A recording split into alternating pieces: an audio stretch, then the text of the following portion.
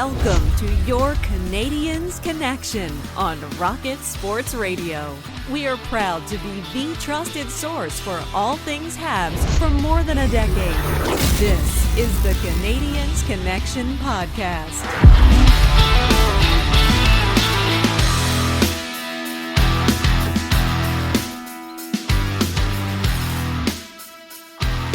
Well, hello everyone, and welcome to the Canadiens Connection Podcast right here on Rocket Sports Radio, keeping you informed, engaged, and entertained. And we are here to talk to you once again about the Montreal Canadiens and what's been happening over the course of the past week, what's going to be happening coming up in the next couple of weeks in terms of the Habs and their off season as it continues.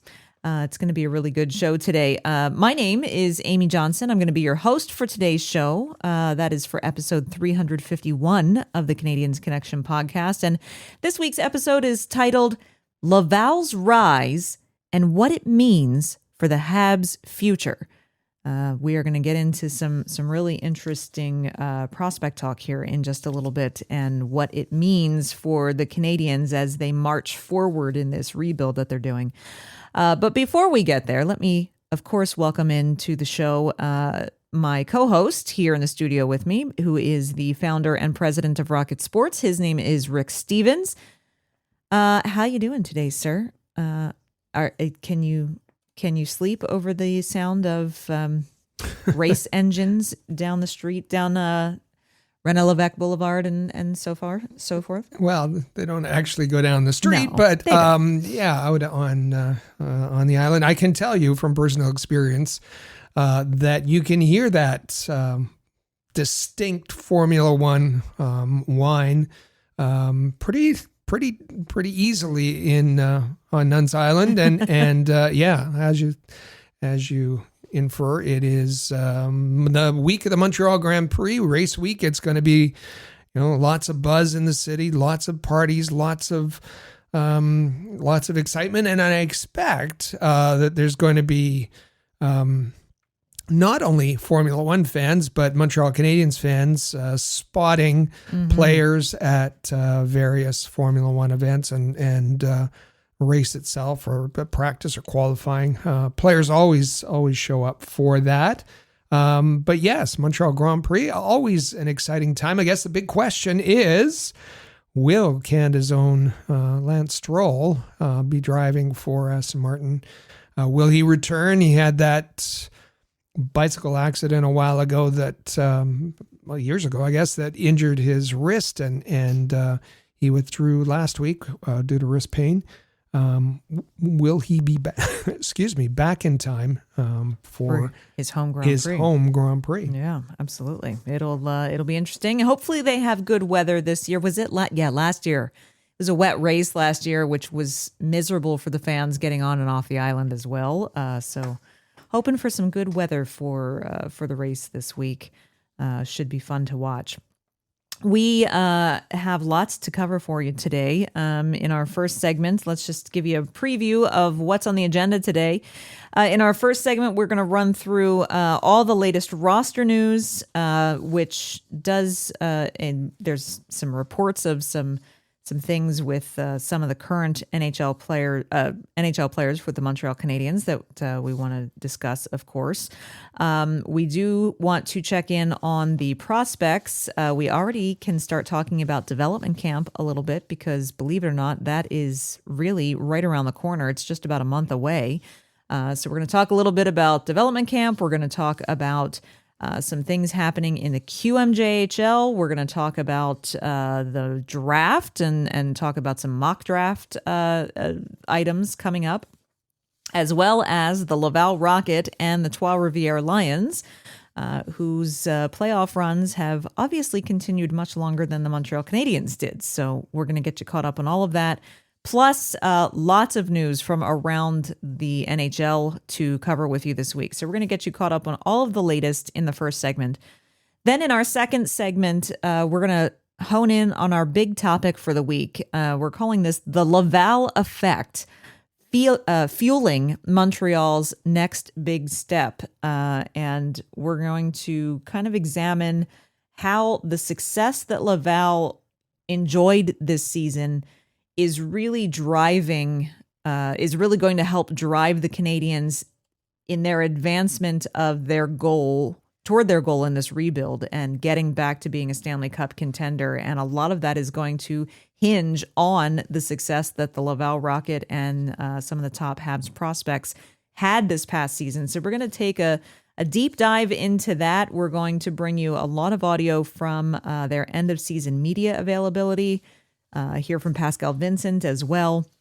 So it's going to be a really good segment to kind of set the stage for what comes next for the Montreal Canadiens. And then finally, in our third segment, it's where we let you have your say. We had some great responses to last week's question of the week that we ask our fans every week. And so we'll bring that to you and get you set up with a twofer. It's a dual question for you to answer for us this week, and you're not going to want to miss that.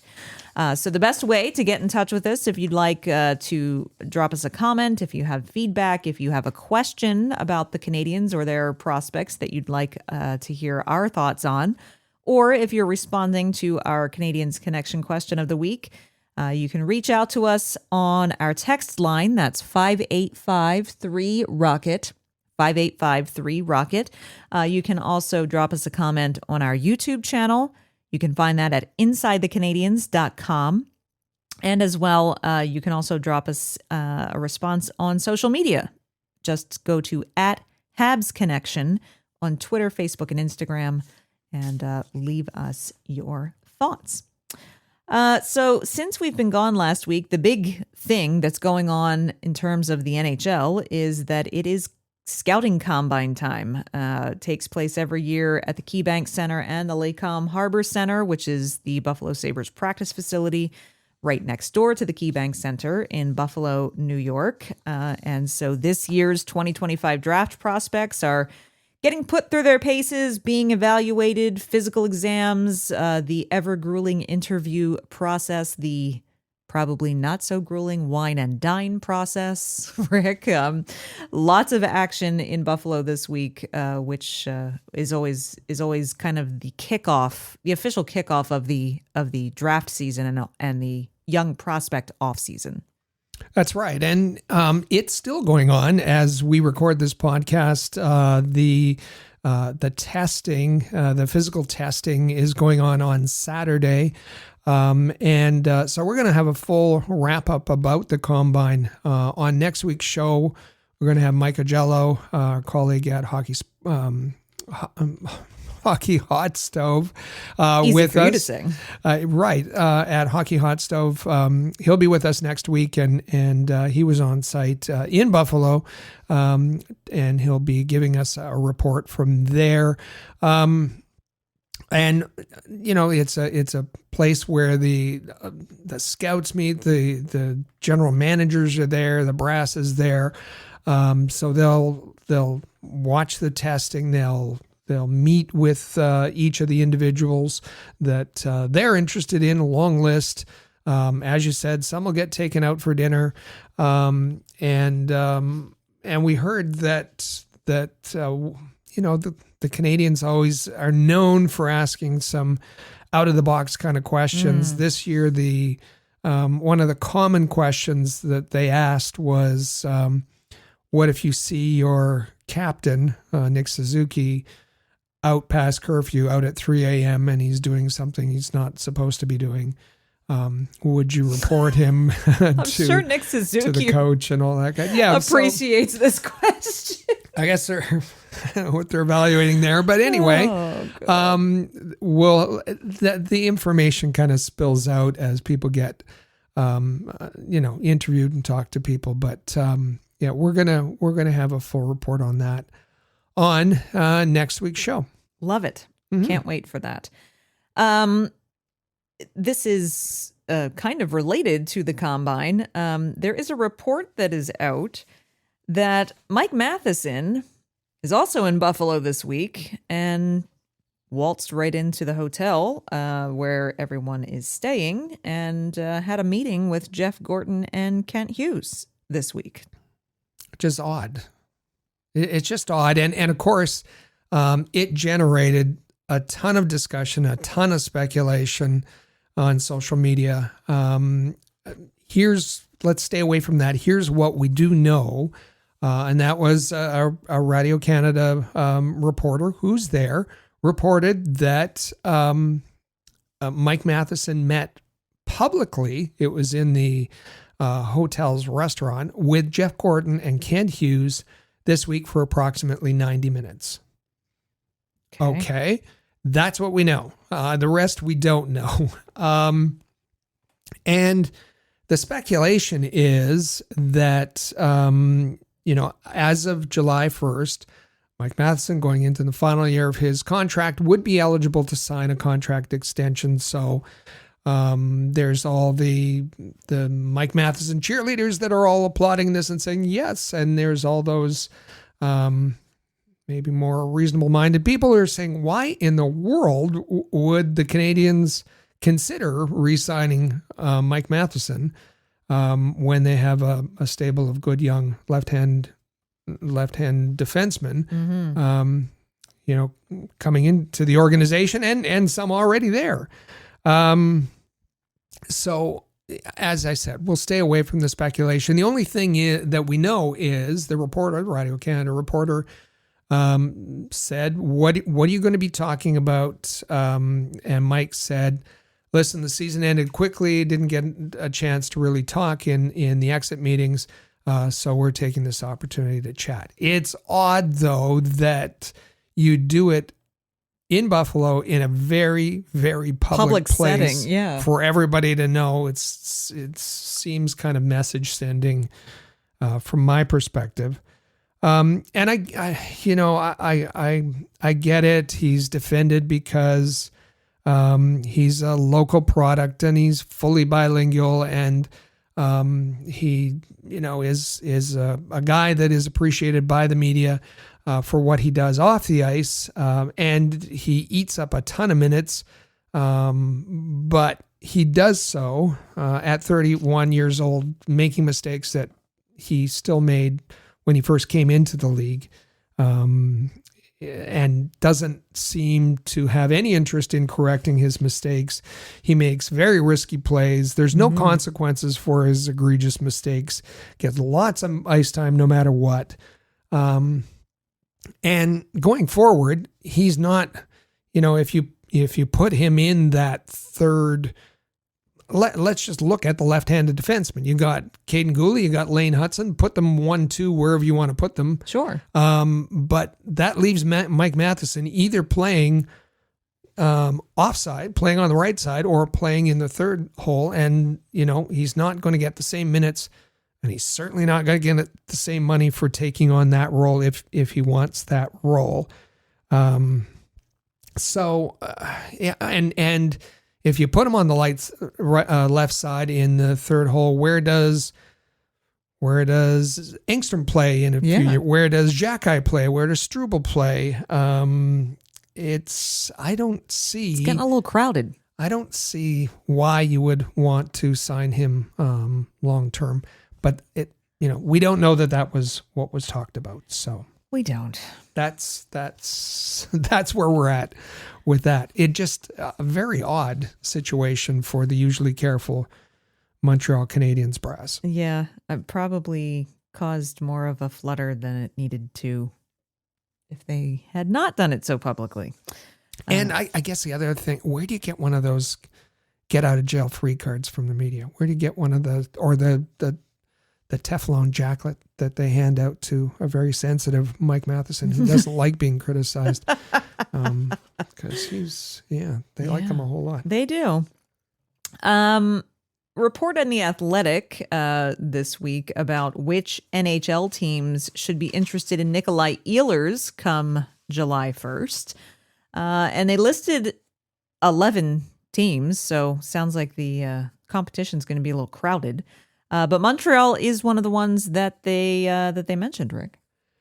It is, and I found this interesting because it was a week or two ago on this podcast that various names were being put forward that the Canadiens should look into and for their second line center position. And I said the number one priority criteria for going after somebody who can play on that second line is the ability to play and get the best out of Ivan Demidov. And you need to be, I think, a pretty special player, because he's a very special player, very creative. And I said, someone who would come to mind, who's a pending UFA, would be Nikolai Ehlers. He plays very creatively. And for that reason, the Jets probably are going to do their best to extend his contract. But if he does make it to the market, he might be an interesting player. Now, he's not the Jeff Gordon physical type player that was talked about. But the quote from the article with respect to Nikolai Ehlers was, quote, his presence along with Demidov's would shift players who slotted into second line roles into more fitting third line positions. And I think that's a good point. And whoever that third person would be on the second line, whether it's Newhook, whether it's Doc, whether it's Patrick Laine, let that all sort itself out, and then bump everybody else down. Seems to make reasonable sense. It does. Are the Canadiens ready for a player like Nikolai Ehlers? That's the question posed by the article, and would be posed by I think I mentioned that too. That are they ready to go in on a player that's going to command that much salary, and you get into a bidding war with him over free agency? I don't necessarily see this off season as a time where they get into that, but you have to choose your opportunities when the talent's there, I guess. I suppose we will see what happens. Free agency is not that far off. Former roster news for the Montreal Canadiens. Sergei Kostitsyn. You remember him and his brother Andre? Sergei Kostitsyn, former Montreal Canadiens player, announced his retirement from hockey on Tuesday at the ripe old age of 38. Now, granted, it's been a little while since he's played in the NHL, but he has been playing for quite some time, just not here in North America. Yeah, he was always fun to watch. A little more, Andre Kostitsyn was more of a bold type player. Sergei, a little bit more dynamic. He hasn't played in the NHL since the 2011-12 season. Played for the Canadiens, drafted by the Canadiens, 7th round. I'll have to check that. I think it was 7th round. Then traded to Nashville. And in 353 games in the NHL, he had 67 goals, 109 assists, and 176 points. Well, congratulations to him on his retirement. It's nice, if he hasn't played in the NHL since 2011, 2012, that's a long time that he's played over in Europe. So that's congratulations to him on his retirement. Also, speaking of the KHL, according to reports, SKA St. Petersburg of the KHL, has fired head coach Roman Rotenberg, and Igor Larionov has been hired as his replacement, which that in and of itself is definitely newsworthy. It is. The Canadiens fan base, and particularly take too kindly to the way Ivan Demidov was treated this year. And most of the fire was directed at none other than Roman Rotenberg. But it was said that through his dad, that his connections were pretty deep to that SKA St. Petersburg team. But their board of directors, I think they call it, for the team, announced his firing. Now, Igor Larionov, in addition to being a absolute legend in the National Hockey League, called the Professor, has been an excellent coach, head coach for Torpedo. And we know that was where Bogdan Konushkov played, and Larionov has had spoke highly of Konushkov and has given him lots of responsibility, and has had very positive words about Konushkov. But now he moves from Torpedo to SKA St. Petersburg, and he thought the first order of business would be to he thinks he wants to have a call with the Montreal Canadiens with Jeff Gorton and Kent Hughes and inquire about a loan. He's looking for a loan from the Montreal Canadiens, and that would be the loan of Ivan Demidov. Just loan him over and send him back to us for just one more season, please. Good luck with that. I when we were talking about this before the show, I said, even if Jeff Gorton and Kent Hughes, I don't know, got hit in the head and said, sure, why not? There is no way Ivan Demidov is going back to. What did we talk about last week? What's the new car that he just leased? Audi. What was it? RS6 or something? It's a nice car that he just leased in Montreal, and he's about to experience his first race week in Montreal. I don't think Ivan Demidov is going back to St. Petersburg next year. It's no harm in asking, I guess. I commend him on wanting to ask, but that ship has sailed, my friend. I think that ship has sailed. To be a fly on the wall for that phone conversation, though. Mm-hmm. I'd love to hear that one. All right, let's since we're talking about prospects, let's take a closer look and dive into the Habs prospect report. It's time for the Rocket Report. The Rocket Sports Media Team is your premier source for information about the Laval Rocket, the AHL affiliate of the Montreal Canadiens, as well as Habs prospects playing in the CHL, NCAA, and leagues around the world. The first thing we actually want to touch on is development camp, because the Habs development camp usually takes place first week of July-ish. Well, the week right after the draft. Yeah. So it'll come up pretty quickly. We already know of 2 prospects who will be in attendance, and one is the aforementioned Bogdan Konushkov, the 22-year-old defenseman who most recently was playing for Torpedo Nizhny Novgorod. 4th round pick from 2023. So that's pretty exciting for young Konushkov. He'll be here for development camp. He will be, and this will be his first Montreal Canadiens development camp. He's 22 years old, selected in the 4th round of the 2023 NHL draft by the Canadiens. We talked about it. He had a great season. Once he finished his KHL season, 67 games for Torpedo, he went to the VHL, and that's equivalent of the AHL in the Russia leagues, and was a big part of winning the Petrov Cup. And so he was interviewed, and my apologies, I forget who did the interview, but he was asked, and he said, well, he knows that he's coming to Canadiens development camp, but nobody congratulated him on the cup. Oh boy. Yeah. He's a fascinating guy. He's a well-rounded guy. We talked about his musical and theater interests and in the past, and I'm really looking forward to seeing him at development camp. Definitely.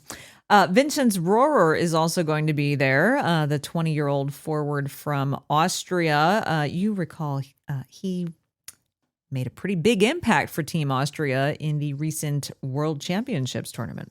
He had 6 points in 8 games, and we talked about him a lot during the World Championships. Just 20 years old, and did really well for his home Austria squad. And he was a pick in the 2022 draft, a 3rd round pick, And nice to see him at development camp as well. Absolutely. We'll keep an eye on what other prospects confirm their attendance for development camp in the coming weeks. The Memorial Cup for the CHL has been wrapped up, and who took top honors? Well, it was the London Knights beating the Medicine Hat Tigers 4-1 in the final, securing their third Memorial Cup title. We characterize them as a powerhouse. Yeah. That is the London Knights last week's podcast. And Medicine Hat had such a great season, and they cruised through the Memorial Cup 2 Sundays, a bye into Sunday's final, but no match for London. And the coach of the Medicine Hat said, we only had one problem this entire season. That was the London Knights. A great season for Medicine Hat, a better season for the London Knights, and congratulations to them. Absolutely. The QMJHL had a slew of news this week, and we're not even touching the draft. But yeah, the Friday night. We're not even touching the QMJHL draft. There's just so much news around a very pivotal league in the CHL. The first of which is that next season there will be the return of interleague games between the Q and the OHL. Yeah, I like this. Yeah. And it's been done before, but it hasn't been done for a while. And that is that there's going to be games that include teams from the OHL and Q. There's going to be a home-and-home series between Gatineau and the Ottawa 67s. Of course, they're just across the bridge from each other. That's going to happen January 16th and 17th. And then 2 games between the Rouen-Noranda Huskies and the Sudbury Wolves. That's going to happen a week apart, January 18th and 25th. One note, because the rules are slightly different, they're going to follow the QMJHL rules, and that mostly is about, if you fight, you get ejected. That's not the rule in the OHL, but they'll follow those rules, the Q rules for these 4 games. Next big announcement out of the Q this week is that they have inked a 7-year deal with Flow Sports. If you have followed Laval at all this season, you know that Flow Sports and Flow Hockey is now the platform on which all AHL games are streamed. I believe they also have the ECHL. They do. In addition to a bunch of other sports and leagues and whatnot. Well, starting next year, for the next 7 years at least, they will be broadcasting all games for the QMJHL, including their playoffs and their draft. All 18 teams, starting with the 25-26 season. That's a big get. Definitely. And Flow Sports is slowly starting to rack up a lot of different league coverage, not just in North America, but in Europe as well, which is great to see. And it makes that membership all that more worthwhile. Mm-hmm. That's for sure. But the Q wasn't done there. They've also announced that they've decided to heck with divisional play. We're abolishing all 4 of our divisions. No more West Division, Central Division, East Division, or Maritimes Division. There will only now be, going forward, a QMJHL conference ranking and an overall ranking. Yeah, so there'll be an East and West conference, and then that applies to the playoffs, where the first round of the playoffs are going to be played within the conference, East and West, and then after that they're going to re-rack the teams, and the matchups, the series will be determined by overall standings. Something that people have been talking about in a similar kind of way, but the NHL, we'll see how it works in the Q first. So the people over at the Q were busy this week, that's for sure. All right. Corey Pronman's got his next NHL mock draft out at The Athletic. What do we got? He's got Matthew Schaefer going first overall Yeah, that's to the Islanders, and that's not changed. That's not changed. No. Michael Misa to the San Jose Sharks at number 2. Anton Frondel to Chicago at 3. Porter Martone to the Utah Mammoth. Yeah, number 4. And James Higgins going to Nashville at number 5. And then it kind of gets interesting as we go along for Montreal Canadiens fans. I've included his number 6 mock here, and that is Caleb Denoyer, because Canadiens fans are interested in where Caleb Denoyer is going to go. He's got Caleb going to the Flyers at number 6. Radim Mrtka, from Czechia. An enormous 6'6" defenseman, right-handed defenseman. Note that at number 8, going to Seattle. Just make a mental note of that, and we'll come back to him in a second. Number 15 is Carter Bear, going to Vancouver. Again, make a mental note of Carter Bear. 16 and 17, he's got Cole Reshny, the center, going to the Canadiens, and the Canadiens picking Cameron Reed, a left-handed defenseman from the Kitchener Rangers, at 17. I included Radim Mrtka and Carter Bear because at the combine this week that we were talking about earlier, it was brought forward by both of those players that out of all the scouts and representatives, they saw representatives from the Canadiens the most. That's Carter Bear and Radim Mrtka. Carter Bear, you can understand being at number 15 on Corey Pronman's list. And this is a guy, Carter Bear, if you've followed his bio, he plays a physical game. He's aggressive, high compete level, and played with the Everett Silvertips.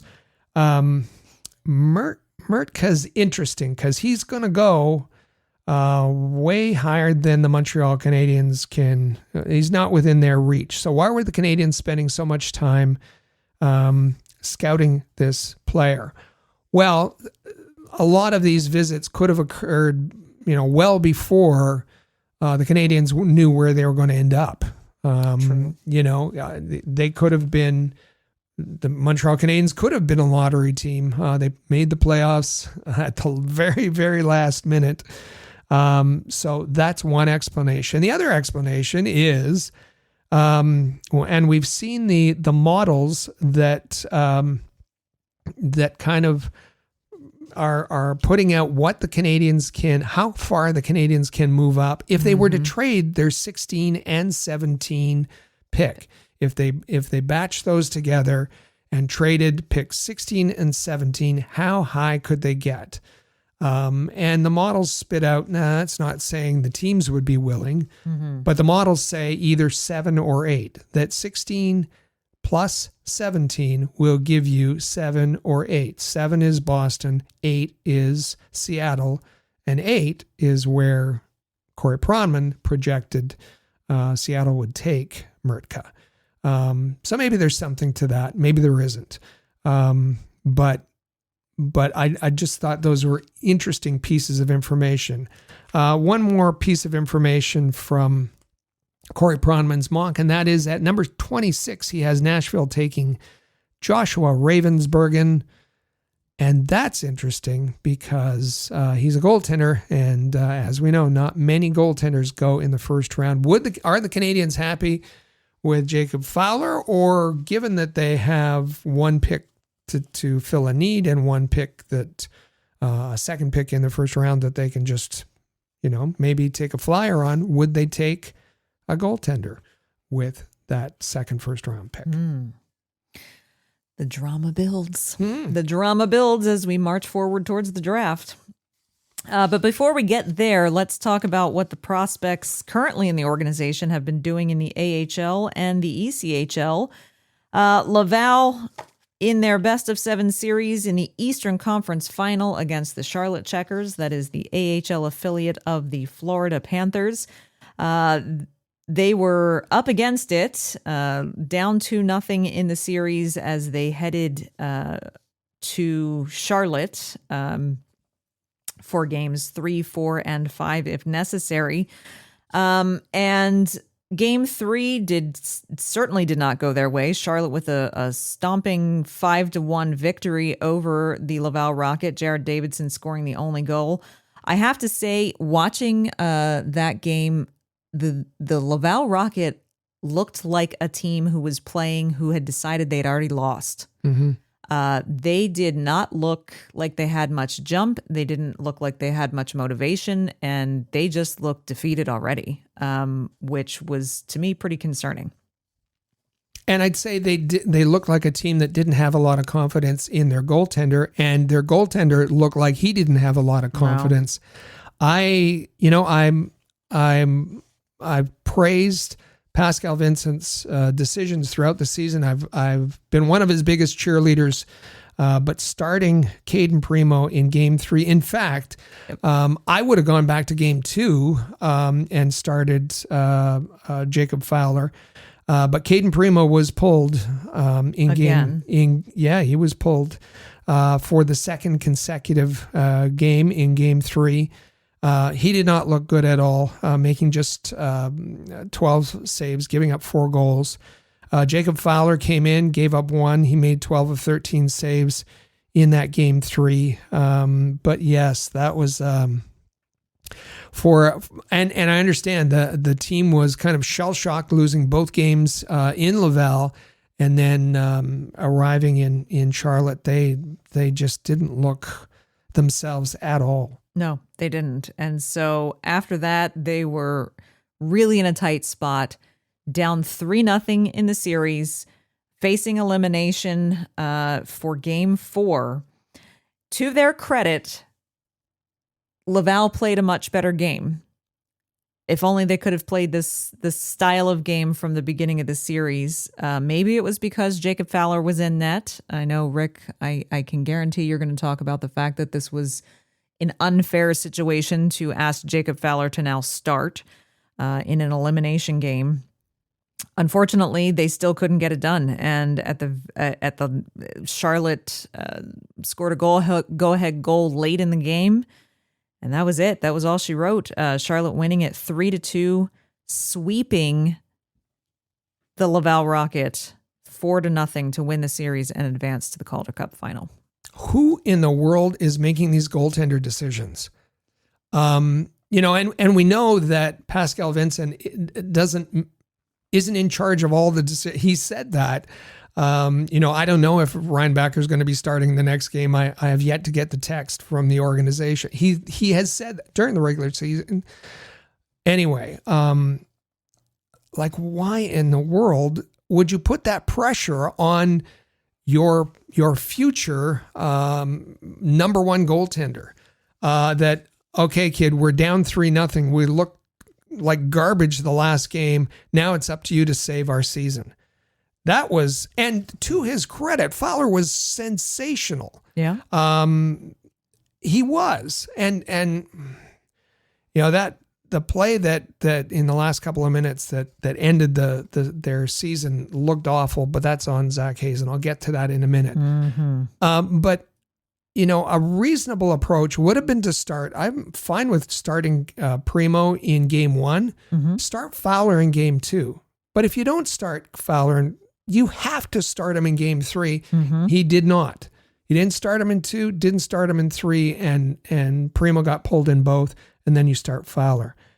And you insert Philip Meshar into the lineup in Game 4 suddenly. And that just reeked of desperation. That not only desperation, but just okay, we're not going to win anyway. So here, son, why don't you get some playoff experience? That just seemed like a signal to the team that the coaching staff had given up.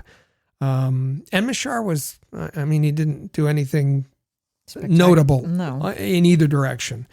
But anyway, there's some very bizarre, and coaching was different. I said it. Coaching was different in the playoffs than it was in the regular season, and we got comments to our Canadiens Connection X account with fans who had been watching Laval, watching every single game, and they said, "What in the world? This is really different." He's Pascal Vincent, or who's ever making the decisions for Pascal Vincent, is leaning on the veterans, and that just, it wasn't who was driving the bus during the regular season, and the team fell apart in that series against Charlotte. They did. So unfortunately, a really abrupt ending. Full credit to Charlotte. They swept the two-time back-to-back defending Calder Cup champion Hershey Bears in the division finals, and then turned around and swept the number one team in the AHL for the regular season in the conference finals. And now they are, they've been sitting back for a while waiting to figure out who they're going to play in the Calder Cup final. And so full credit to them for what they did, but a really, really unfortunate way for Laval's spectacular season to come crashing down at the end.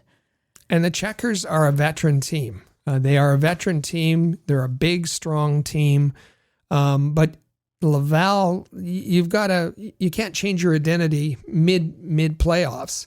And the proof's in the pudding. It didn't work out. It did not work out. Our dear friend, well, it's more than a dear friend, Chris was there for the post-game quotes, and these were two quotes from Pascal Vincent that he delivered in French. Chris G translated them for us. Pascal Vincent said that he's disappointed. I'm disappointed for the guys. We asked them to continue believing, and they did. We asked them to empty the tank, and they did. I think we deserved a better result tonight. It was our best game of the series. End quote. And I agree with everything he said there. Mm-hmm. Absolutely. I do as well. They waited, like I said, to start it off, they waited too long. Like if they had showed up and played like that in games 1 and 2 on home ice, then they might have had a fighting chance, in addition to the fact, as you mentioned, if there had been better goaltending decisions made. But waiting until game 4, it was almost, it would have taken a miracle for them to really pull that off and then get 2 more wins down in Charlotte. And not picking on Caden Primo here, because he had a spectacular season with Laval, but he didn't have it in the playoffs. No, he didn't. 327 goals against, 878 save percentage. It's not very good. And as it turned out, they split almost evenly as far as minutes on ice. That is Fowler and Primo.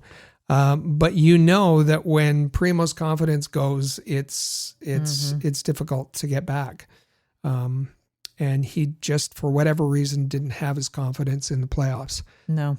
Why don't you read the next quote by Pascal Vincent? This was an interesting quote that kind of really stuck out. He says, quote, "We were beaten by a team that was physically stronger than us. In this series, we weren't playing bad. We lost the one-on-one battles. At that point, systems are not important. For a lot of our young players, we'll have to spend time at the gym and become physically stronger." And as we were discussing before the show, that may be the case, but you didn't lose this series because the prospects aren't physically strong enough yet. Yeah. In general, do your prospects have to spend time in the gym and become physically stronger and be capable of winning one-on-one battles? Absolutely. And in general sense, that's absolutely right. But the Laval Rocket faced veteran teams all season long, and they beat veteran teams all season long to be the best team in the AHL in the regular season. So they had a way of doing it. And, one of the things that was a problem, we talked about, they can't keep taking penalties the same way they did in the regular season because they're more impactful in the playoffs. And they did take the penalties. Exorbitant amount of penalties. Discipline was definitely a problem. Pascal Vincent didn't want to pull the reins back and affect their the identity was the way he explained it.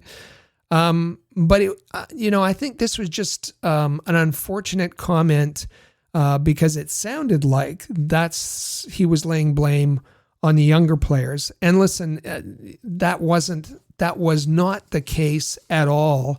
If you watch the playoffs, and just as an example, that game 4, Charlotte won 3-2. Laval played its best game, but who stood out? Well, first of all, the goals came from Owen Beck and Joshua Waugh. Those are your young guys. Yeah. It wasn't the fan missed the last 2 games. He was injured. Barry Boulay, no. Harvey Pinard. It wasn't Simoneau. No. All he did was take penalties throughout the series. Gignac, no. Gignac, nothing. And it was your young players who were providing the offense. Jacob Fowler was tremendous, young player. And especially in the second period, made some spectacular saves at the end of the second. And it came within a couple of minutes of going to overtime. That play at the end, where the puck got chipped over Zach Hayes.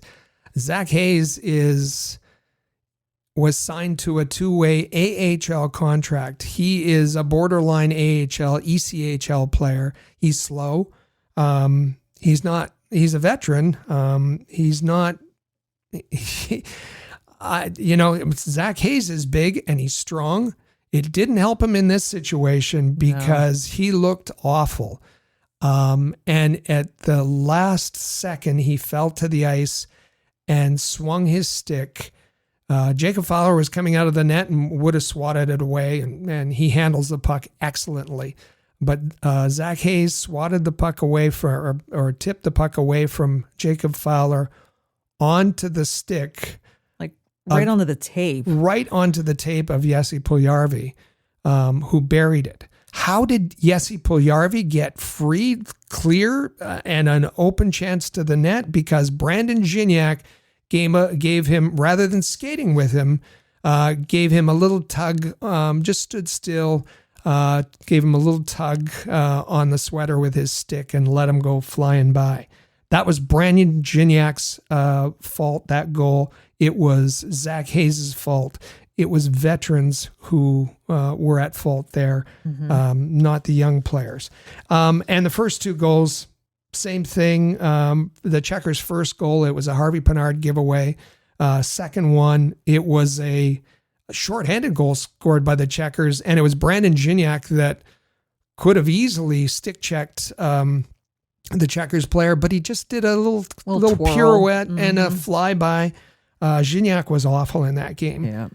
So it was not the fault of the young players. Certainly not in that game, and in my eyes, not in the series. No, it wasn't. So, and a disappointing end. You would have. How about that first period breakaway by Barry Boulay? Oh yeah. A breakaway going in, and he just kind of nonchalant. Oh, gee, I didn't score. Oh, well. Oh, too bad. It's just the season on the line. Oh, man. It's frustrating, particularly after the spectacular season that team had, to go out in just nothing even close to a blaze of glory. It just fizzled into nothing. And so they certainly deserved a better exit than they got. We're going to talk more about Laval and in the second segment. Yeah. And we're gonna take you through their end of season exit interviews and media availability and whatnot as well. The Trois-Rivières Lions, however, going strong, and they are this close to being Kelly Cup champions. They are up 3-1 in the series over the Toledo Walleye. They play their next game. They're actually playing it right now as we record, which could be a cup clinching game if they can pull out another victory. They are in Trois-Rivières today, and so it would be something pretty special if the Montreal Canadiens organization had a cup winner at one of the three levels of pro hockey, and it's right now could be a possibility. Yeah, absolutely. They've been great. You said Game 5 is as we're recording. Should they lose that game, then the series goes back to Toledo for Tuesday and Thursday. That's right. So good luck to the Trois-Rivières Lions. Just to move through some big news from around the NHL this week, in case you missed it, the Stanley Cup Final is now tied 1-1 with Florida pulling out the overtime victory in Game 2 to even the series. That's talk about some hockey games. That has been an intense series, and it's only 2 games young. And it's so much has happened. And Brad Marchand, I mean, what an acquisition by Florida, the double overtime goal on Friday night. The series has had everything, and commentators have been saying, there hasn't been a series like this in a very long time, heading back to Florida now, all tied up. As you said, 1-1. The coaching carousel continues to get smaller and smaller, actually. On Wednesday, the Pittsburgh Penguins announced that they have named Dan Muse as their new head coach, replacing Mike Sullivan, and this will be his first time coaching in the NHL. Is this a Kyle Dubas pick or not? Yeah. He's been an assistant coach with New York with Rangers for the past 2 seasons, but no head coaching experience. And Kyle Dubas is picked to guide the Penguins. The Boston Bruins also announced their next head coach to replace Joe Sacco, who you'll remember was named interim coach after they fired Jim Montgomery back in November. And their brand new head coach for the Boston Bruins is none other than Marco Sturm. And he comes from the AHL's Ontario Reign, the affiliate of the Los Angeles Kings, and he's been their head coach for the past 3 seasons. Of course, Sturm played for the Bruins during his playing days. You mentioned Joe Sacco. We're going to talk about him in a second. He got a job. Jim Montgomery was unemployed for 30 seconds and ended up in St. Louis, of course. That's right. Joe Sacco, not unemployed very long either, as he and David Quinn were named assistant coaches with the New York Rangers. Are we going to announce every assistant coach hiring? No, we're not. However, just relative to the Canadiens, a lot of NHL teams are taking former head coaches, David Quinn, former head coach, and Joe Sacco, former head coach, and adding them to their coaching staff as assistant coaches. That's a lot of coaching firepower right there. Well, let's talk about the Toronto Maple Leafs. They just hired Derek Lalonde as their assistant head coach. Assistant coach on Friday. I always liked Derek Lalonde he was head coach for a brief time with the Detroit Red Wings. No nonsense, common sense kind of guy. Not a lot of success in Detroit, but I think he's one of those kind of guys who's better behind the scenes and not behind the microphone. And so just when you thought that, okay, coaching carousel is closed for business, everything is in order for next year, maybe there's some head coaching candidates that found themselves a little disappointed because they didn't get one of those gigs. Well, fear not, because the Dallas Stars have stepped up and said, well, we've got an opening for you because we will no longer be needing the services of Pete DeBoer. This was a bombshell. This is an absolute bombshell on Friday. Pete DeBoer, who has led Dallas to the conference final 3 consecutive seasons. He's considered one of the best coaches in the National Hockey League. And he is. He's exceedingly successful wherever he goes. But there was the Ottinger incident. There was the comments after the Ottinger incident, and it seemed that that kind of opened the floodgates for Dallas players to air some personal beefs in the exit meetings. And so he's done. He's got 1 year left on his contract. And it's going to be interesting to see if he's going to sit back and take the year to decide, because he's going to be able to choose where he wants to go. Or like St. Louis did when there was a really good coach available, like there was in Montgomery, fire their own coach to try and get their hands on Pete DeBoer. But that'll be the to see if that happens over the summer or early in the new season, the hiring of Pete DeBoer somewhere else. And with all of the coach shuffling already completed around the league, who now will Dallas tap as their new head coach for next year? Yeah, that's true. Absolutely true. Because the pickings are much more slim at this stage in the game in the summer. So we'll see. And they've got a pretty good head coach with the Texas Stars, their AHL. They've got Elaine Nazardine as an assistant coach. Steve Spott is kind of tied at the hip.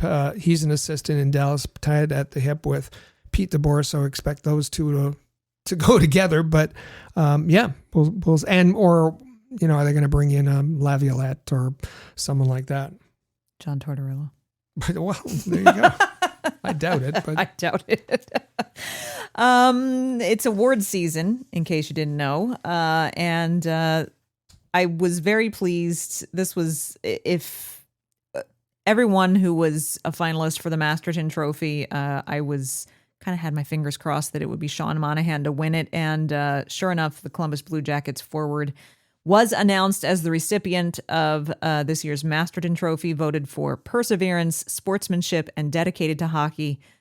And if that wasn't special enough, the trophy presentation to reveal to him that he was the winner was very emotionally done. If you haven't seen the video, you have to go watch it, by none other than Johnny Gaudreau's widow, Meredith Gaudreau. And boy, did it make for... There was definitely some dust flying around in the room. Wow, what a presentation, and they certainly surprised Sean Monahan. Well, and Meredith Gaudreau was colluded with Sean Monahan's wife. That's right. To surprise him, and Sean Monahan loves pulling surprises on others and pranks and that sort of thing. If you know about his time in Montreal. So that was perfectly done, and absolutely the right choice for the Masterton. Absolutely. Alexander Barkov of the Florida Panthers, yes, he's still competing for the Stanley Cup, but he's also got some reasons to celebrate already. Not only winning this year's Selke Trophy, but also the King Clancy.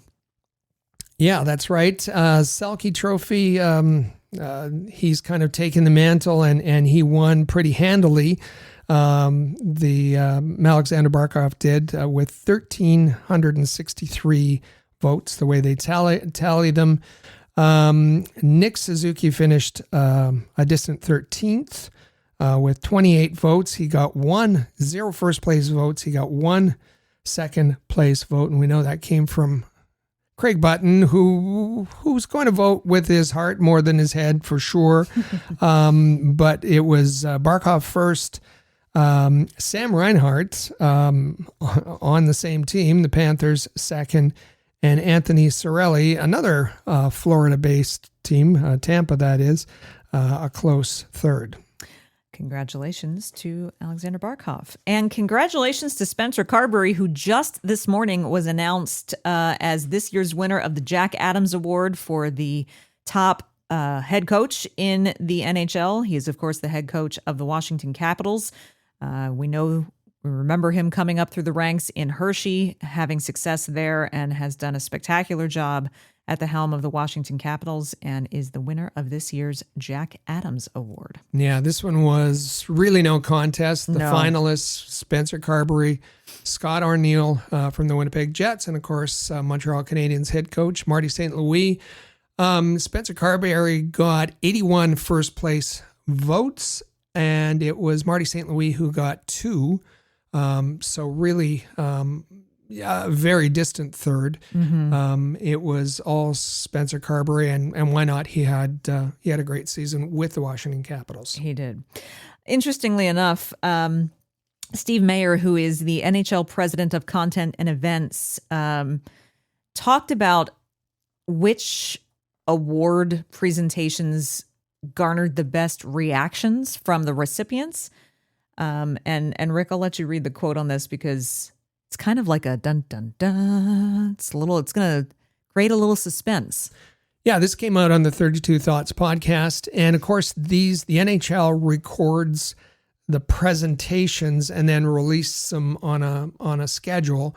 So all of these awards have been presented, recorded, even though some of them have not yet been announced.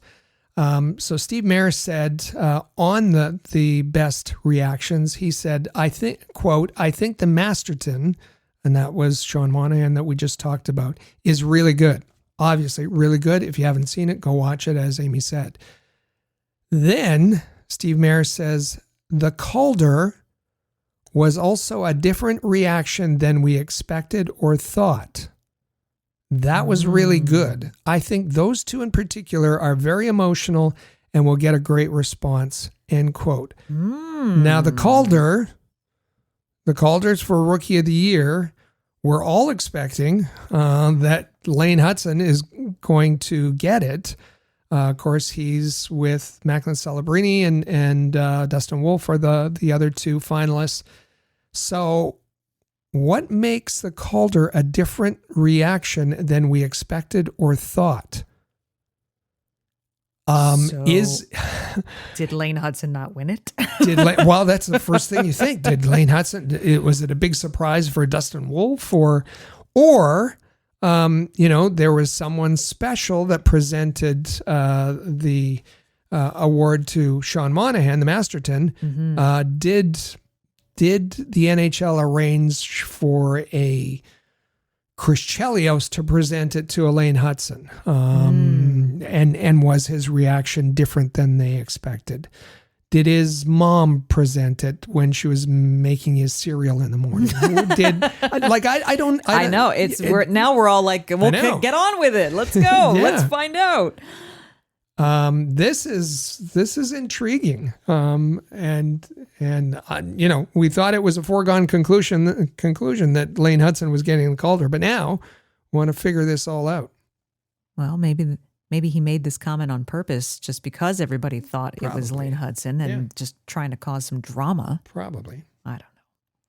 All right, we're going to take our first break here on the Canadiens Connection podcast. We are going to hear a message from our sponsors over at DraftKings. They've got a great incentive going right now. If you haven't signed up yet, we encourage you to do so.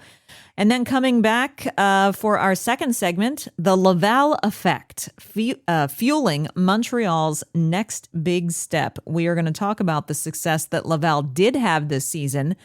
And we are going to talk about and listen to some pretty key audio from some of the players and head coach Pascal Vincent during exit interview day after their season came to a very abrupt end this week. You are not going to want to miss a minute of that, so stay with us. You're listening to the Canadiens Connection podcast on Rocket Sports Radio. Ready to win some real cash during the basketball playoffs? Check out Pick 6 from DraftKings. When it comes to basketball payouts, DraftKings Pick 6 posterizes the competition, including Prize Picks. Hit all your picks and score higher minimum payouts on Pick 6, plus even more cash if you outscore the competition. Pick 6 is available in most states, including Missouri, California, Texas, Georgia, and more. New players get $50 in Pick 6 credits instantly on just a $5 entry. So download the DraftKings Pick 6 app now and use code THPN. That's code THPN for new customers to play $5, get $50 in Pick 6 credits. Better payouts, bigger wins. Only with Pick 6 from DraftKings. The crown is yours. Gambling problem? Call 1-800-GAMBLER. Help is available for problem gambling. Call 888-789-7777 or visit ccpg.org in Connecticut. Must be 18 plus. Age and eligibility restrictions vary by jurisdiction. Pick 6 not available everywhere, including New York and Ontario. Void where prohibited. 1 per new customer. Bonus awarded as non-withdrawable Pick 6 credits that expire in 14 days. Limited time offer. See terms at pick6.draftkings.com/promos.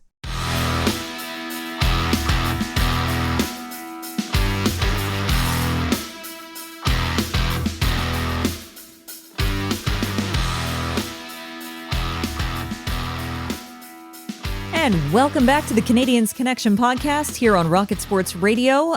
Once again, my name is Amy Johnson. You can find me on X if you'd like to follow me on social media. You can find me. My handle is @FlyersRule.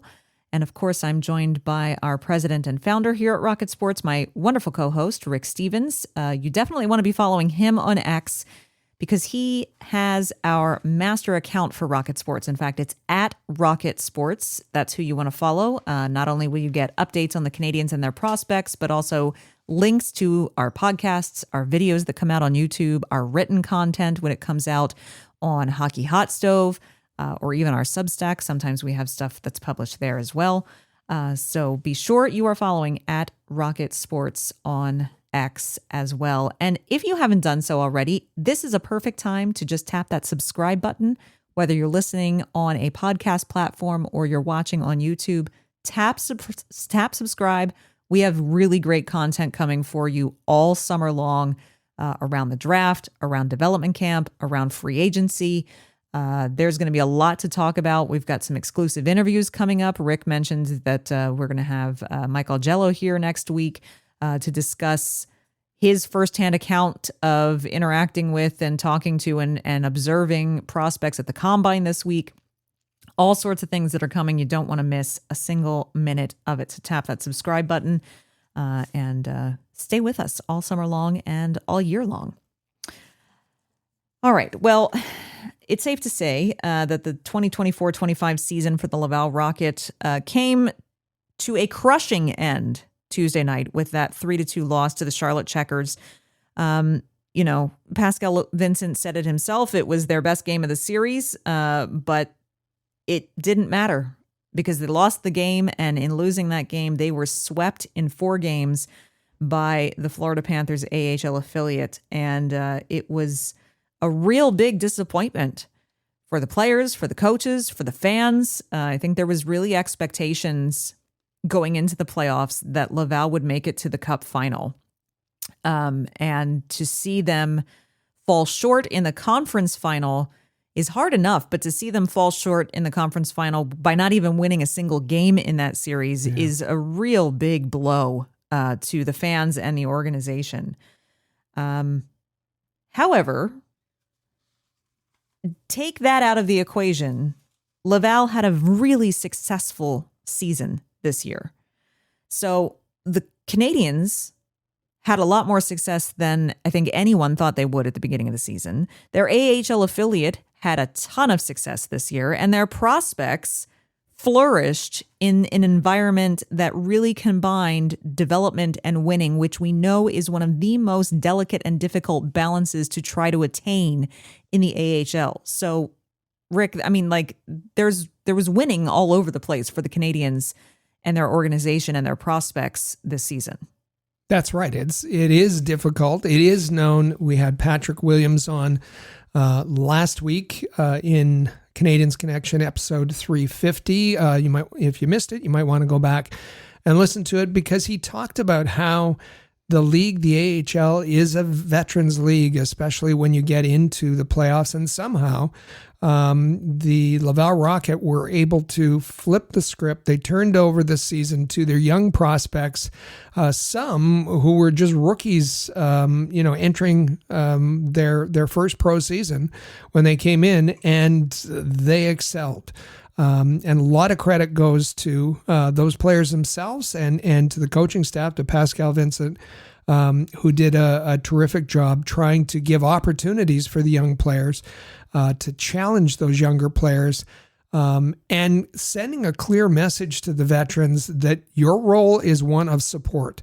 And I think the Canadiens did a pretty good job too, saying, we're bringing in veterans who want to play in the AHL. We're not necessarily thinking of players who are going to be call-ups for us. So if you're happy to be in a support role, then we want you in Laval. And for those that embraced that role, they had a great season and meshed perfectly, provided the leadership experience, and it was the young players that really provided the fire. They really did. And so what we're going to do in this segment is we're going to bring you some of the highlights from the team's end of season media availability. We're going to hear from Pascal Vincent. We're going to hear from a bunch of the prospects playing for the Laval Rocket. We're also going to talk a little bit about some of those veterans and Rick just talked about those who accepted their role. The unspoken part of that is versus the ones who maybe now find themselves not so happy in that kind of role. We're going to talk a little bit about that, about some comments that were made during the end of season availability of who might be back, who might not be. And of course, at the end of it, we've got a really great 2-part Canadiens Connection question of the week for you to answer. So the first guy that we want to bring you some audio from and talk about is in my mind, in terms of guys who are going to compete for a roster spot this fall, is Logan Mailloux. And in fact, that is exactly what he talked to reporters about, if you listen to this. I think, I'm hoping to come in next year and stick. I think that's my goal. So I think I'm closer than I've ever been, for sure. I think getting a taste a couple times this year was good for me. I think the guy had some good moments up there, some not so good moments as well, and I think I learned from that though. So I think it made it better. Before we I meant to say there's a caveat about. Go ahead. Yeah, Laval has provided the audio. The Laval Rocket need to fix their audio. It's just recorded the way they do in the press theater.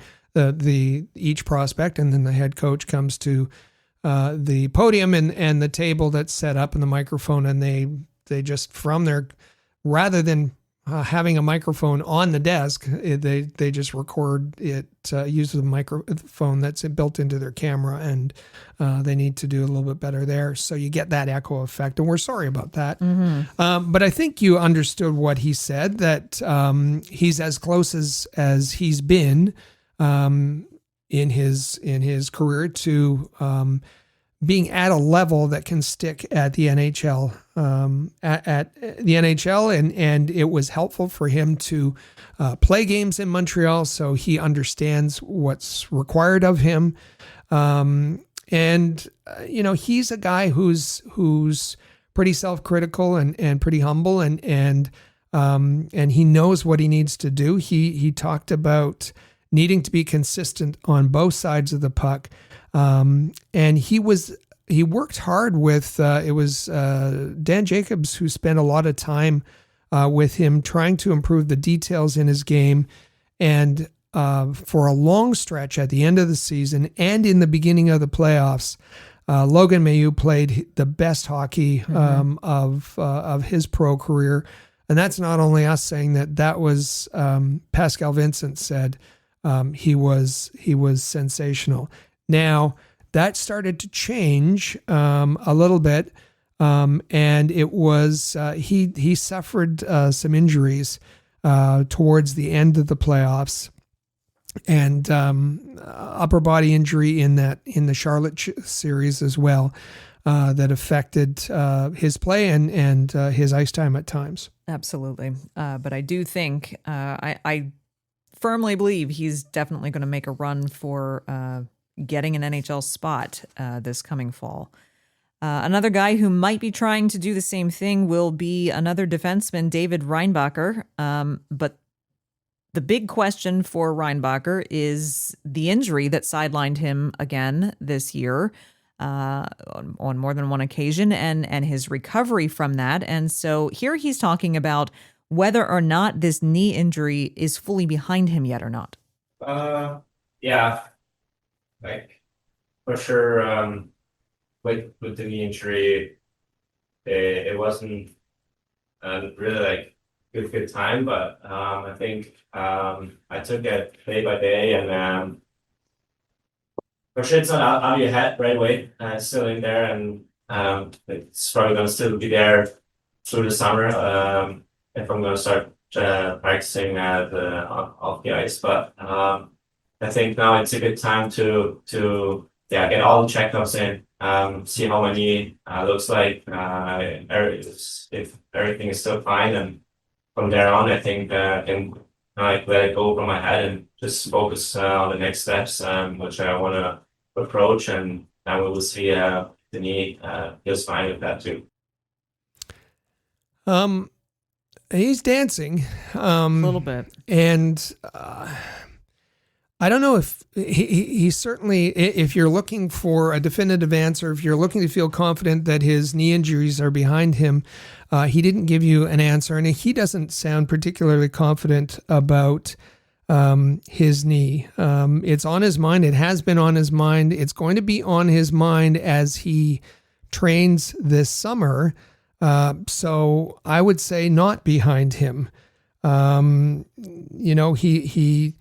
He talked about, we know that he was very carefully managed, and the number of games that he played was very carefully managed.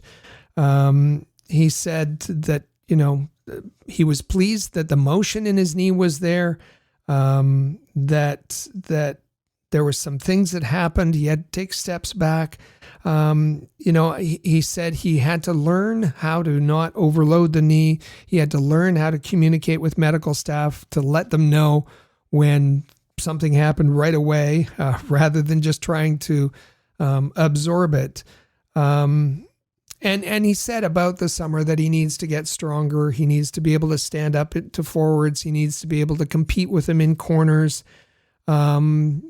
They talked about what he had learned while he was rehabbing, and he said he spent a lot of time with Montreal coaches looking at video, trying to improve, trying to focus on his details. But he was just dancing around the issue a little bit, I thought. He continued to dance when he was pushed a little bit further to say, but okay, can you tell us how you feel at the moment?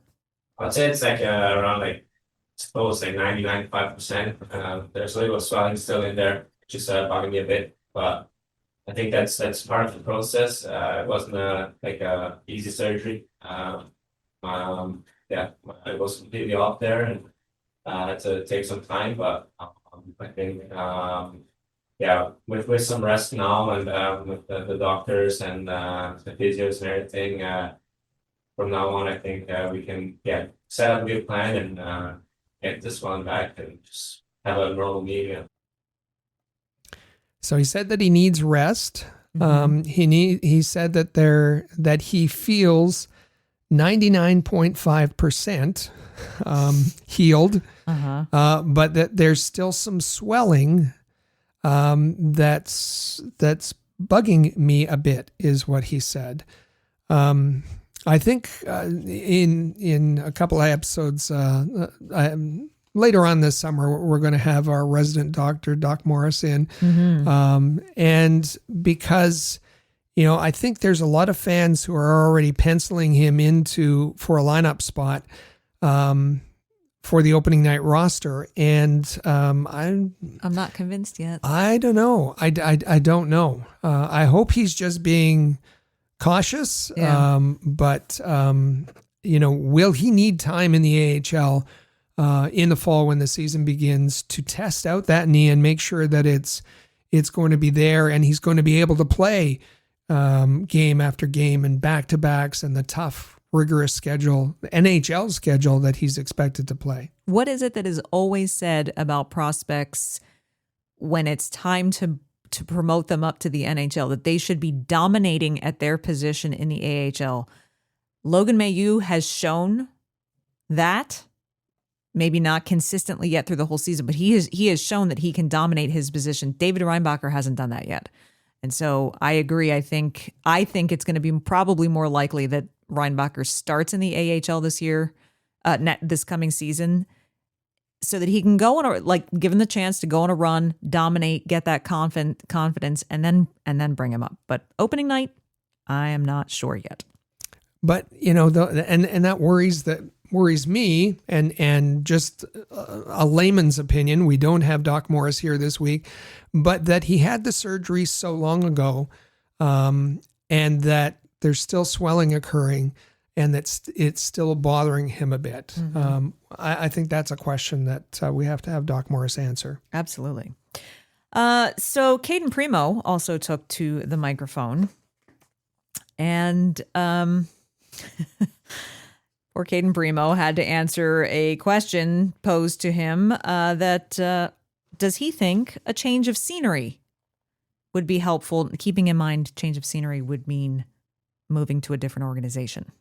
Yeah, I mean, I'm not, the season just ended, so haven't really looked too much into it, but I'm not the one that makes those decisions right now. Montreal has my rights, and I'm not the sole person that makes the decisions. But I want to be back with the club.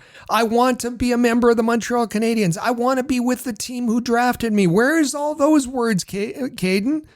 Well, he's never been a strong interview to begin with. No, he's not very good in front of the microphone. He's terrible. He is terrible, which is odd because he's the product of an NHL dad and an uncle and so on. He should be, and you're right, he's terrible, and so it's hard to interpret. But he was given a couple of opportunities. They were almost spoon feeding him the opportunity to say, but yes, I don't control it, but I want to stay in Montreal, and he never did. So he did say that there are no bad days in Laval. I think he likes playing in Laval. But and he did say his biggest challenge is mental, and his goal is to try to build mental fortitude. And I certainly agree with all of that. Mm-hmm. But that's not to say that confidence and mental fortitude are the only things that he's deficient at. He's also, there are some physical things. There are goaltending, structural things that are wrong with his game as well. And those would probably, if he had those would probably feed his confidence. Probably. But yeah, just a real curious, at this point in time, my rights are still owned by the Montreal. Oh my goodness, Caden. Yeah. So we'll see if Caden Primo is still playing in the Canadiens organization next year. Time will tell. Jacob Fowler, on the other hand, we had our opinions in the first segment about the decision to put the kind of pressure on Jacob Fowler that was placed on him to start in the elimination game. He was asked in his exit interview with the media if he feels that pressure of being, like, he's essentially been already anointed the future number one starting goaltender for the Montreal Canadiens. And does he feel the weight and the pressure of that already?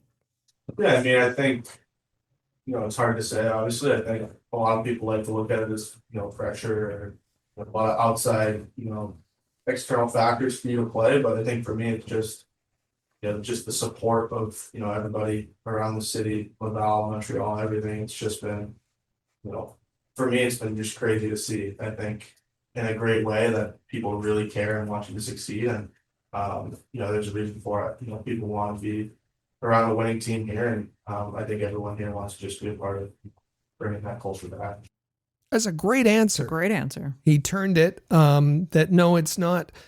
Now we've heard him even at the combine for the draft. He talked about that he likes the stage, he likes the spotlight. Yeah. But to him, it's not pressure. He sees it as support. He sees it as passion, both in Laval and Montreal.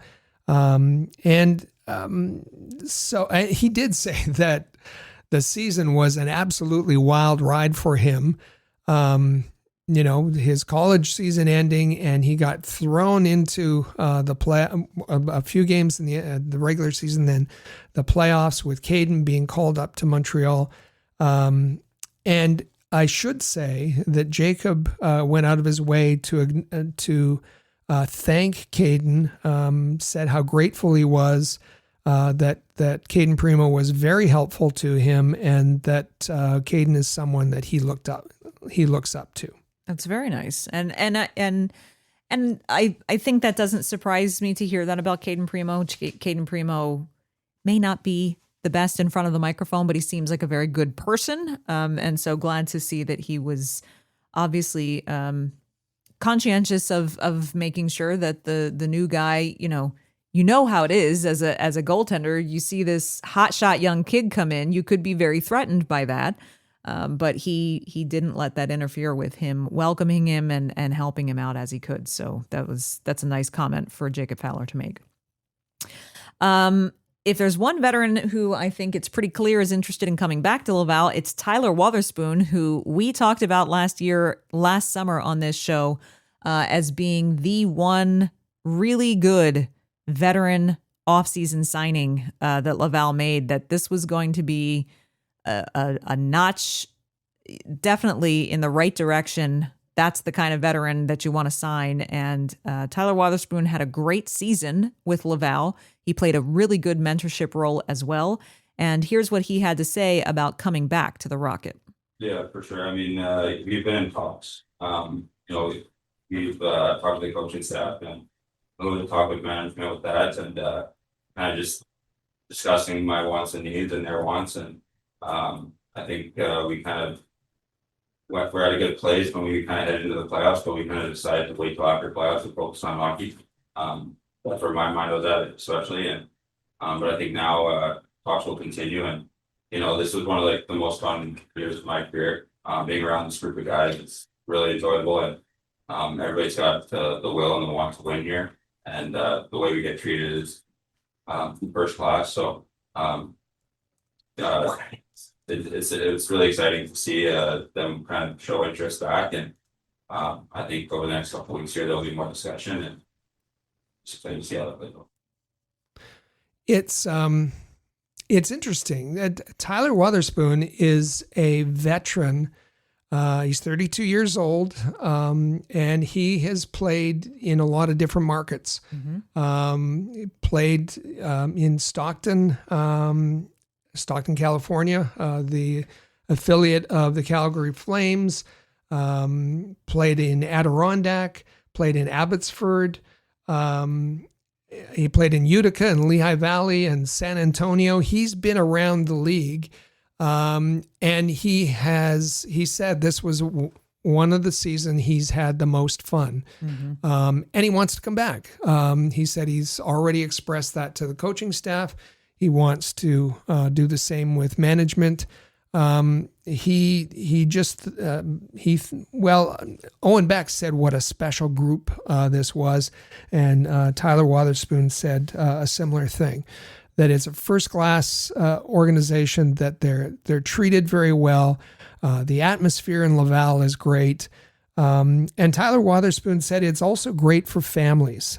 This is a card that Laval can play, that they're adjacent to a big city, to Montreal, and there's lots of things for families to do. And Tyler said that was one of the things that made it very enjoyable for his family. He's certainly accepted his role as an AHL veteran and mentor and a leader, and he was so on this team. And it's unfortunate that He was injured. It was an awkward hit. He had a knee injury. He said he was about a week away from returning or so. Yeah, that would be nice to see him returning, because a real success story this past year in the veteran class for the Laval Rocket. So where does that put some of the other veterans, some of whom have been with Laval for more than one season? What is, how many of those veterans are truly embracing that kind of role? I think we know, we've talked about before, specifically once Laurent Dauphin signed another, I think, 2-year contract extension that's an AHL contract only.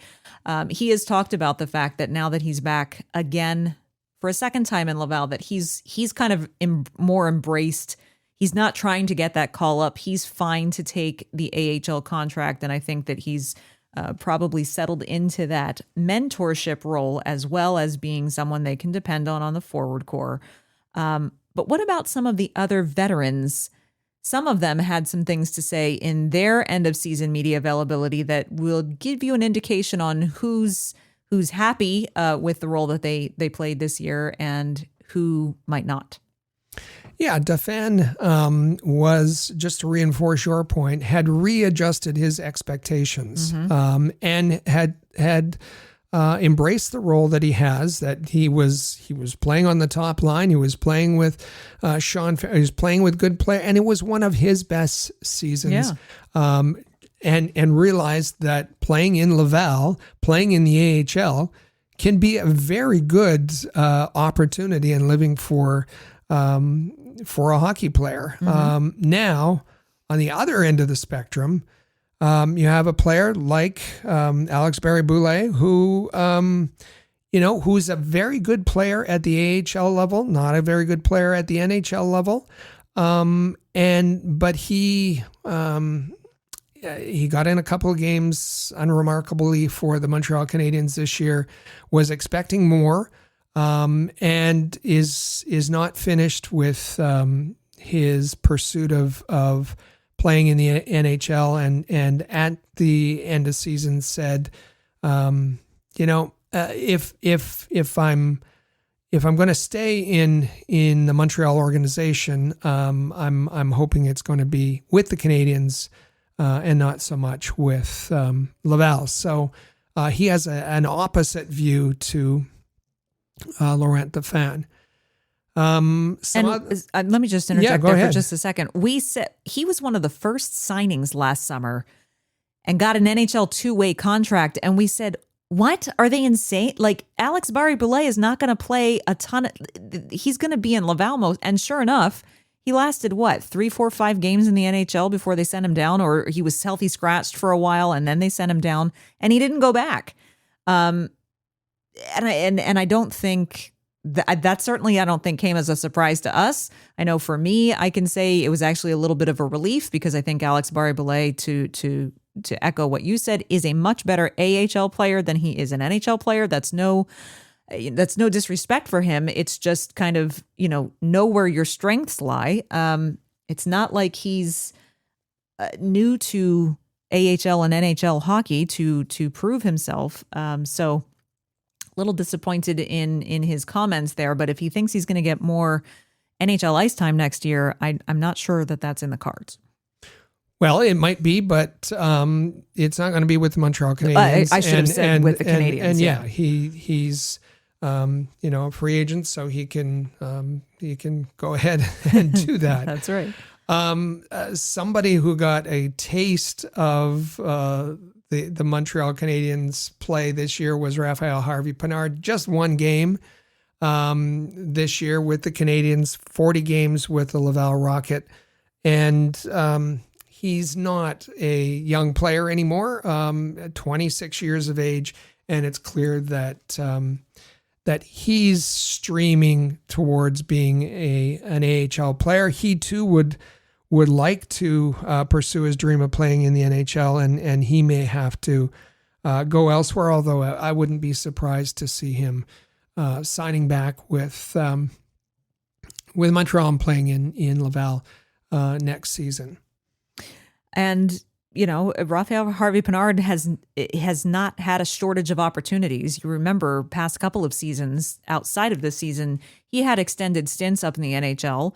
And the first time at the end of the season, I think 2 years ago, he actually put on a pretty good display. And then the following season, he looked like a ghost of that player in the NHL lineup, and that's what has now led him to being more firmly back in the AHL. And I agree with you. I think if that's going to change for him, I think it's going to need to be with a different organization. I don't see any room for him up top with the Canadiens at this point. And you have to understand when he was looking good and when he was looking like the next Brendan Gallagher, he was playing with good players on a last place team. Yes. And now the Canadiens are no longer in that situation. They have better prospects to tap into, and they have higher expectations. Who else do we have? Brandon Gignac, a veteran. He and his agent are sorting their way through a big stack of offers from Europe, and he'll probably head over there. And given my criticism of him in the final game, that's probably best for everybody. Gustav Lindstrom, he's signed with Djurgården, will play in Europe next year. Connor Hughes, I think we reported, it was about a month ago, a 5-year contract with Lausanne, and hasn't been seen since.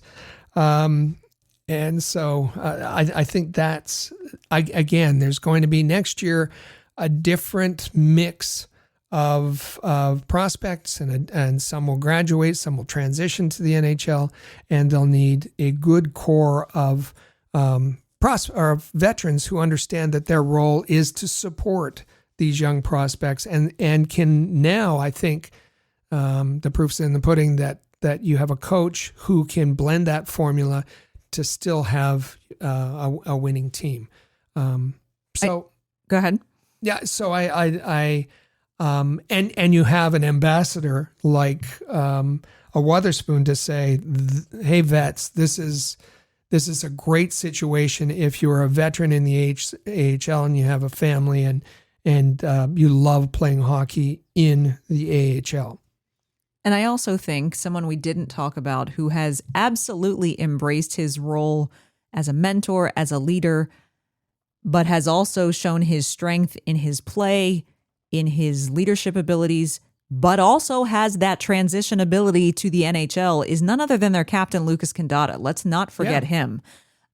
Lucas Kandata has a little bit of it all. And so he's another one who he's obviously very happy with being the captain and playing that leadership role and being a strong member of the Laval Rocket team. But the upside of that is that he also doesn't do too shabby when he's called up to play in the NHL in certain situations. So he's someone, he's not on the board to move away this summer, but someone that definitely has also embraced that role and is another good veteran type player to keep around. And you're also going to have a really good core of young players who've got, some experience at the pro level under their belt, whether it's, a handful of games like Jacob Fowler and who's expected to take over that number one role. Look at Florian Jacquet, had a tremendous rookie season in the AHL with more than 20 goals in the regular season, but then was not, he in the playoffs, he faded, just 1 goal in the playoffs, 2 assists, 3 points. But he's going to be able to take all that experience and probably be one of the leaders next season on let's hope, is another very good Laval Rocket team. Absolutely. Adam Engstrom is another one who isn't expected to make the jump next year. He'll probably be one of the forces on the defense. It's a lot to juggle. It's a lot to keep track of. So it's all for the head coach to do, right? Will Pascal Vincent still be behind the bench next year? Well, there's been plenty of talk with how well he did with Laval during the regular season this year, that NHL teams are going to be knocking on his door. We've got a couple of quotes that we're going to listen to from him regarding whether or not he's going to be leaving the organization or not. I'm just going to make this brief aside. Up until the playoffs, I would have thought that he was a shoo-in to have people really hard on his heels this summer. I'm not sure about that after this playoff performance. And so now I wonder if he will most likely be back again next year and see if he can replicate that kind of performance again. But firstly, let's just listen to Pascal Vincent. Here's what he remarked when asked if he would leave the organization for an NHL position. I'm a head coach. Like, I've figured that out. And it's not, I'm a good assistant coach too. That's number one. Having said that, it would depend on the organization, where they're at, who I'm working with. Am I gonna learn? Am I gonna be excited to go to the gym every day? I've done it in the NHL, and working with Paul Maurice was like going to school every day. There's no school for coaches, but I've learned so much from him. And you see somewhat the results of that today in my coaching. I've learned a lot, but I'm my own person too. But if I feel there's an opportunity where I'm gonna keep growing as a coach, and enjoy my time there, and it's the right fit. And then he kind of trails off. He kind of just leaves doesn't know where to there, end it. and then he goes into a story about hiring an assistant coach in Winnipeg as a bit of an aside. But yeah, he's laying everything down, and then he kind of. It's interesting that. Asked about leaving for an assistant coach's position, and he very strongly says, and confidently says, I'm a head coach. And there is a difference. There is a big difference. Some coaches are better in the support role as an assistant and not the head guy. It's a different kind of role. And he thinks that he's better as a head coach than he is as an assistant. So for that reason, would stay. I thought it was fascinating him referencing his time with in the Winnipeg organization, being an assistant to Paul Maurice, and saying it's like going to school every day, that he learned so much from Paul Maurice. And Paul Maurice is absolutely one of the top coaches in the NHL. And a coach who learns lessons and who is willing to learn lessons from Paul Maurice is going to be a very good coach. And I think that's why Pascal Vincent has been a very good coach for the Laval Rocket. And I liked him. He said something that I've said for a long time, and we went over this at the beginning of the season when he was hired. He said something that I've never heard an AHL coach say. He was asked, what's your goal with the Laval Rocket? And he said, to win a Stanley Cup. And I know that a lot of fans kind of raised their eyebrow and well, what's he talking about? He's talking about taking Marty's job, and what? No, he viewed it like I viewed it, that the Laval Rocket is part of the organization, and the organization, everybody in the organization, whether you play the organ, whatever you do, your role is to help win a Stanley Cup, whether that's in the ECHL, the AHL, the NHL, anywhere in the organization. And he gets it. He really, really gets it.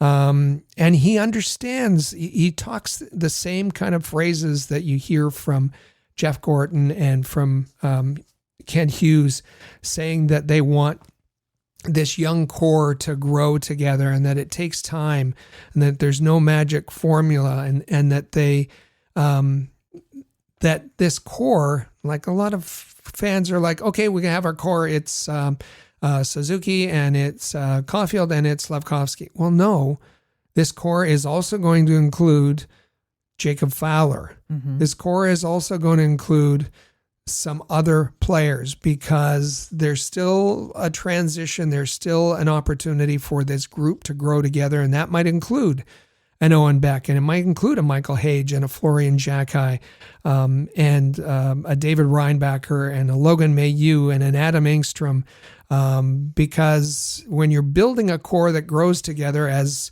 the contracts get handed out, you can't afford, to just go out and just be throwing money at free agents.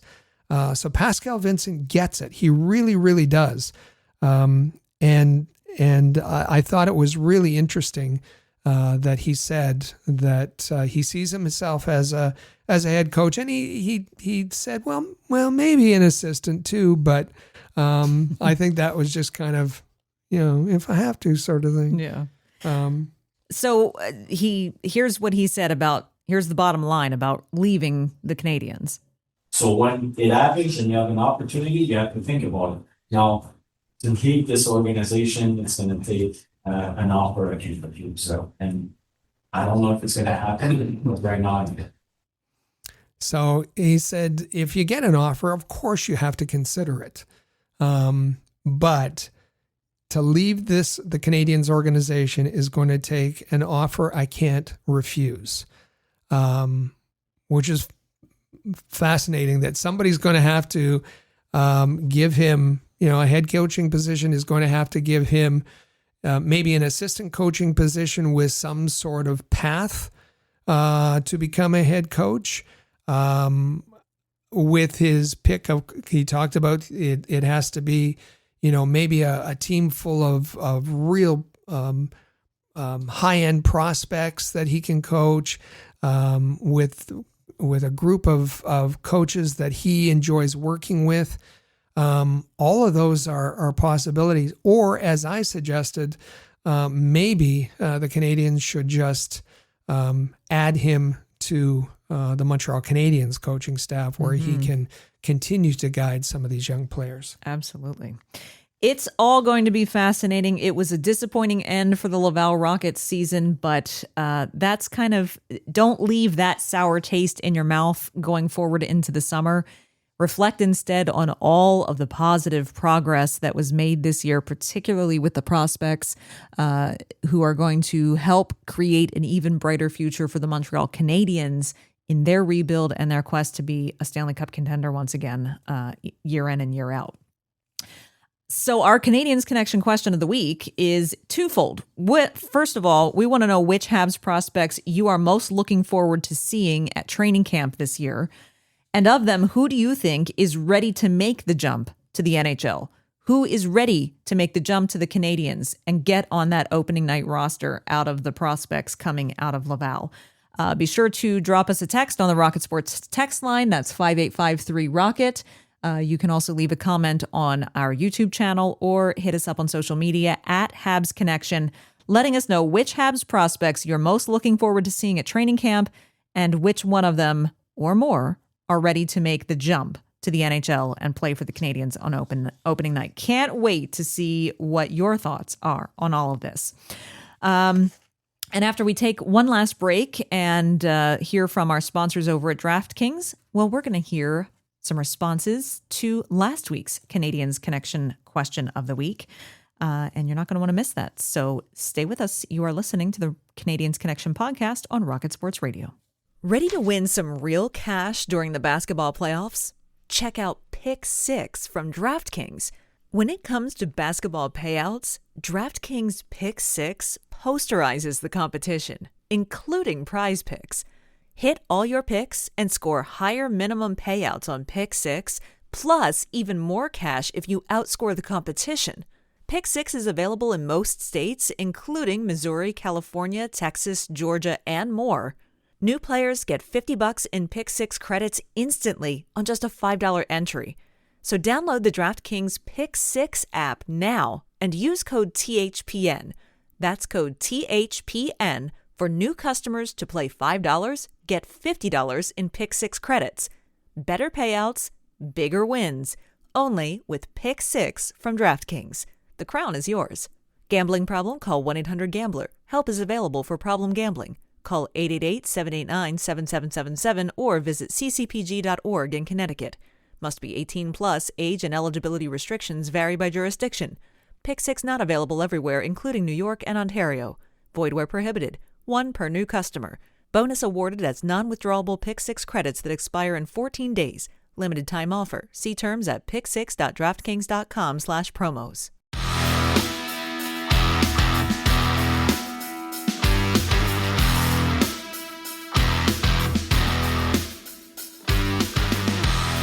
And welcome back to episode 351 of the Canadiens Connection podcast here on Rocket Sports Radio. Don't forget, hit subscribe if you're enjoying this kind of content and this kind of podcasting. We are here all year long. That includes all of the off season as well.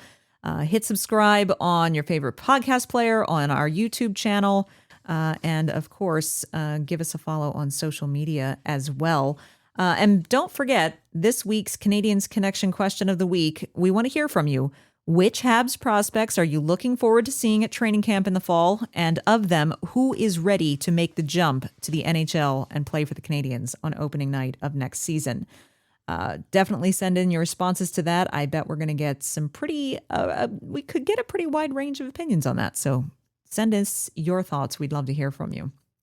Last week, however, we asked, which Laval prospect do you think has impressed the most this postseason and why? So asking which Rocket prospect in the playoffs has been most impressive and why.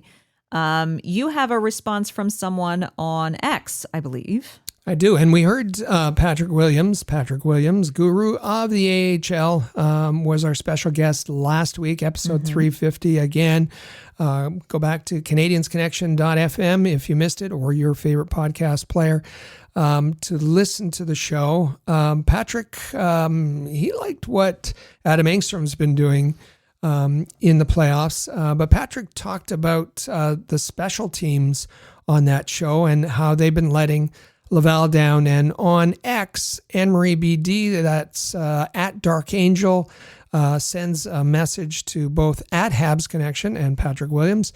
I'm totally in accord with Patrick that the PK sucked, but that's not because we have a bad PK. We're really good in the season, but Pascal Vincent is coaching so bad in the playoffs. He changed the PK guys, changed the PP guys too. Florian Jacki was used a lot on the PK and he was so good, but he isn't being used in the playoffs.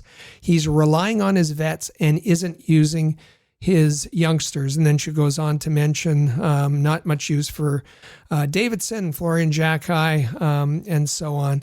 But she or he, I guess Anne-Marie is a she, noticed a change in the way the special teams and in general that Pascal Vincent was coaching in the playoffs. So thanks for reaching out to us on X. Absolutely.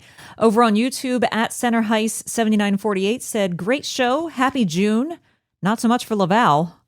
For me, I'd say Engstrom has been a quiet, steady, pleasant surprise as far as what we all thought who we'd be thinking the player projected would be. I'd have to say Laval had a great season, but you could see the failure coming when the playoffs began. There's a running theme going here, I think. So yes, I'm pleased with what they accomplished in the season. I'm totally not impressed with their playoff play. Fans have to stop kidding themselves. There's a few bright spots that'll one day make the Habs or the NHL. However, when I hear we're so deep with talent, I beg to differ. We have too many smaller players. But the good news is when Thorpe and Hage and that rugged kid defenseman come from juniors, I believe he's talking about Owen Prost there. Yeah. They're going to be bright spots. We again have Kapanen, Beck, Jacki, Tuck. On defense, Logan, Mailloux, Reinbacher, Engstrom. And remember, these players, some very well, will be in trade packages as well. So I don't just think we're deep. I just don't think we're as deep as we think we are. Yes, we're better than the days of Bergevin, but I think there's still work to do. They're coming along, but still work needs to be done. So there's a lot of players I found to be a disappointment in the AHL playoffs, especially the forward groups and our top two right-handed defensemen as well. Major disappointments as far as the playoffs went. Personally, I didn't think they should have even beaten Rochester. Deep in Smurfs for the most part. He's I think he's very passionate about where he he's stands very on passionate, and not- he's right that Yeah. as far as Rochester goes, they had their challenges against Rochester for sure. that. That was the first sign of trouble. Absolutely. And penalties were an issue in that. Penalties and special teams, going back to the X comment, were a problem there too. I always like to challenge center ice. And You do. I do. We have a running conversation of things. I try to give him the other side. And our dear friends at McKean's Hockey, great source for prospects, named the Montreal Canadiens prospects as number 1 in the NHL this past week. And wonder if he saw that article and how he felt about that. I'm sure that we are going to hear an answer to that. All right. Well, get ready for Father's Day. That's coming up. But before then, Saturday, June 14th, is going to be our next podcast here on Canadiens Connection. Looking forward to it. As Rick said, we're going to have special guest Michael Jello joining the show to talk about his findings at the NHL Combine taking place right now this week in Buffalo. So you don't want to miss that for sure. We're going to have lots of prospect talk and so much more as we gear up for the draft and what the Montreal Canadiens are going to do with those 2 first-round picks. So you don't want to miss it. We will see you back here again next Saturday for another great episode of the Canadiens Connection podcast right here on Rocket Sports Radio. Click subscribe so you never miss an episode of Canadiens Connection. Follow us on Twitter, Facebook, and Instagram at Rocket Sports.